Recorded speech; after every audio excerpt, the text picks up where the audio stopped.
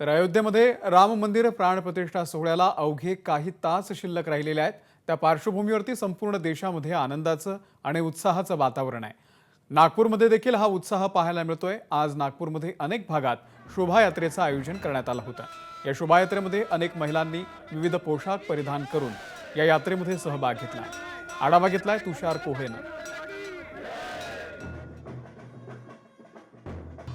अयोध्येतील राम मंदिरातील प्राण प्रतिष्ठा सोहळ्याला अवघे काही तास शिल्लक राहिले आहे आणि संपूर्ण देशभरामध्ये राम भक्तिमय वातावरण आपल्याला पाहायला मिळत आहे।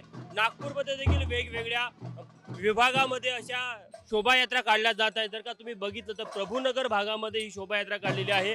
मोठ्या संख्येने महिलांनी यामध्ये सहभाग घेतलेला आहे आणि एकंदरीत जे अक्षिदाचे जे कलश आहे अयोध्येवरून आणलेले आहे ते देखील यामध्ये आपल्याला पाहायला मिळत आहे।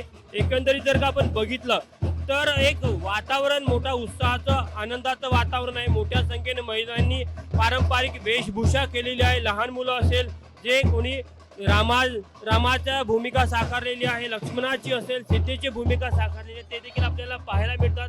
अनेक एक वेगळा उत्साह आपल्याला इथे पाहायला मिळत आहे। कशा प्रकारचं वातावरण आहे, काय भावना आहे? श्रीराम प्राण प्रतिष्ठाबद्दल प्रभूनगर जयदुर्गा इथं ही एक शोभायात्रा काढण्यात येत आहे। एक धार्मिक उद्देशाने लोकांकडे एक चांगला मेसेज द्यावा आणि एक राममय भारत व्हावा ही सगळ्यांची इच्छा आहे। वातावरण खूप भाविक झालेलं आहे। सगळे वेटाळ्यातले लोक प्रभूनगर मधली जयदुर्गा सोसायटीमध्ये जे हनुमान मंदिर आहे तिथून ही यात्रा निघते आहे। ही दिंडी निघत आहे, याच्यात बँड आहे, याच्यात रथ आहे, कळस घेऊन महिला चाललेल्या आहे।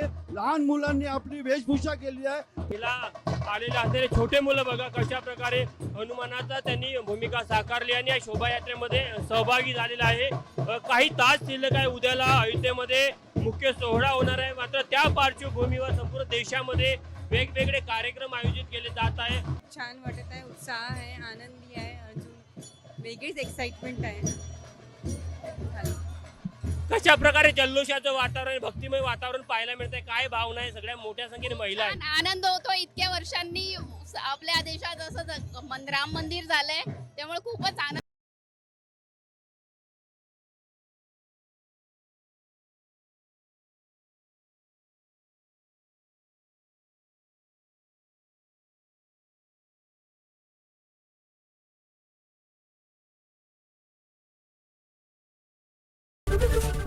एबीपी माझा, उघडा डोळे बघा नीट।